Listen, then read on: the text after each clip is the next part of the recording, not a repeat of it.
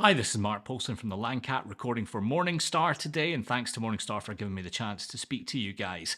I'm going to do a little session for you on consumer duty, what else, but I'm going to try and make it kind of specific and tangible and give you something that you can make and do to help you along the road to complying with your responsibilities. And as we all know, they're coming in next year.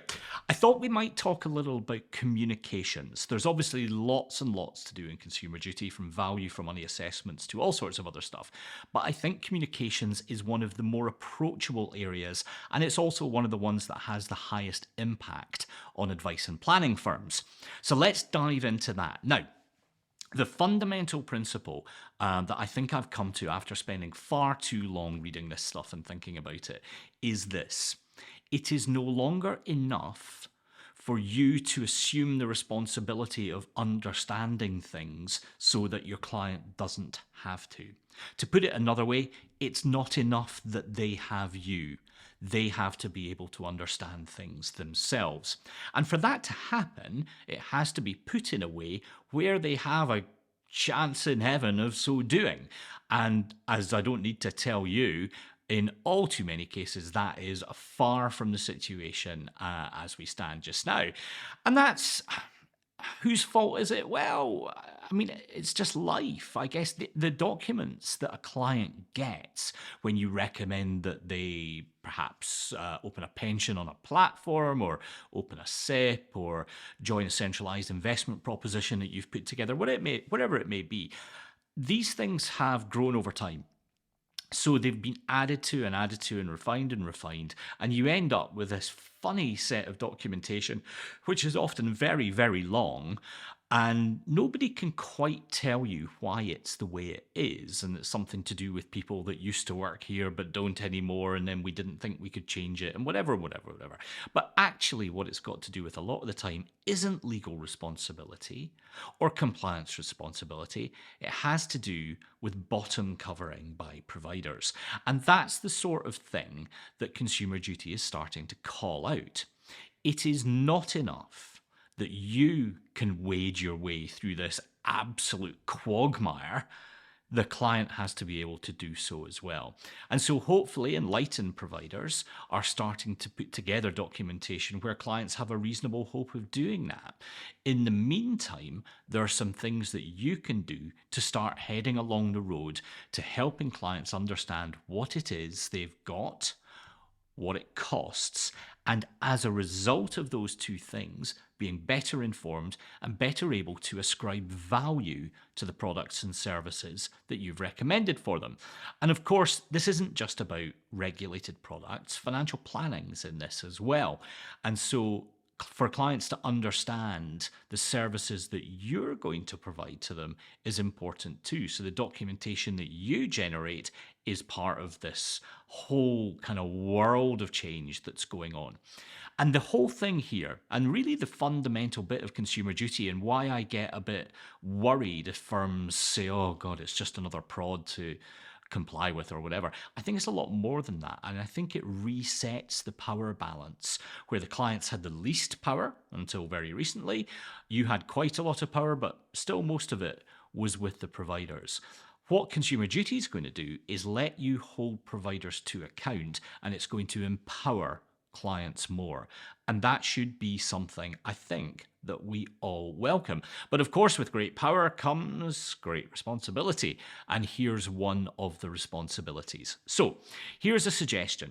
It's not okay for clients to be given a 200-page T's and C's document so that they can open a SIP or whatever. It's just not, right? We all know that. We've let it go by for years and years because we've got other things to do and because you're an expert purchaser of these services. But that's not going to work anymore. So we're going to have to do some work together to make that better. Now, while we're here, a common kind of pushback, I suppose, is, well, look, clients are used to signing things. If you buy an audio book from Audible or you get an ebook on your Kindle, you sign up to 100 pages of T's and C's for that, and nobody cares. They just click yes.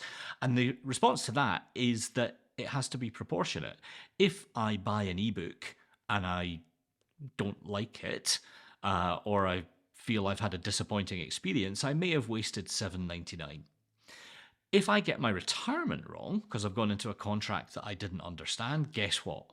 I'm in a terrible state. So the jeopardy is far higher. And so the barrier for helping people understand has to be higher as well. So here's my suggestion. Take a client journey, let's say a new client, right, with a relatively straightforward set of circumstances, probably a pension transfer, a little bit of new money, something like that. Look at the documentation that you provide them when they become a client of yours, presumably a financial planning client, and then we move on to recommendations and implementations of regulated stuff that goes alongside the planning. So lay out the planning part, lay out your T's and C's, your terms of business, all that good stuff. And then let's pretend that the client does instruct you to transfer their pension over, does instruct you to invest a certain amount of money for them, and then they're with you for a year and then get an annual review pack or something like that. Whatever feels right for you.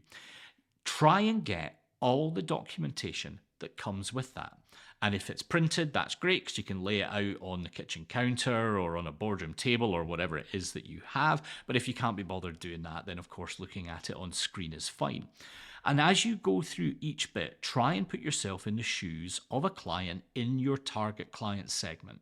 Okay, not the lawyer that walked through the door and can read all the every T's and C's and enjoy it, unless you only deal with lawyers, of course, but just an ordinary client that you would deal with. And score each document. How you score it's up to you. Could be -3 if it's awful, up to +3 if it's good, and 0 if it's okay. Could be happy and sad faces. It could be Harvey balls. Whatever it is you want to do. Doesn't really matter. But go all the way through and rank these documents and then have a look at the bad ones. We all know what they are.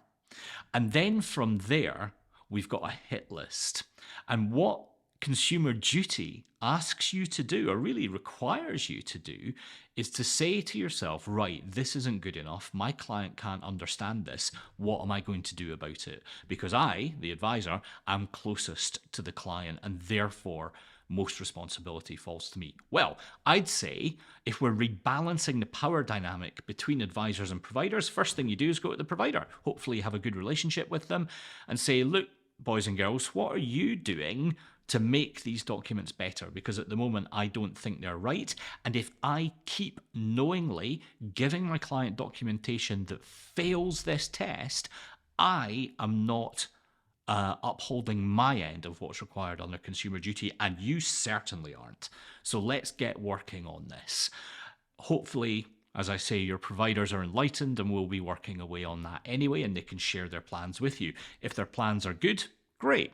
If they're not, well, that's really interesting, because once we're fully into this world, I think knowingly recommending stuff that a client can't possibly understand given the documentation that's there, and remember, it's not enough that they have you, they must be able to understand this themselves as well, isn't okay.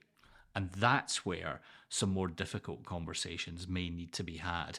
I think out there's a big win for providers who can create clear, accurate, understandable documentation. There will still be legal documents and they have to be drafted in a certain way, and that's understandable, but you can provide companion documents to those as well for those that find that difficult.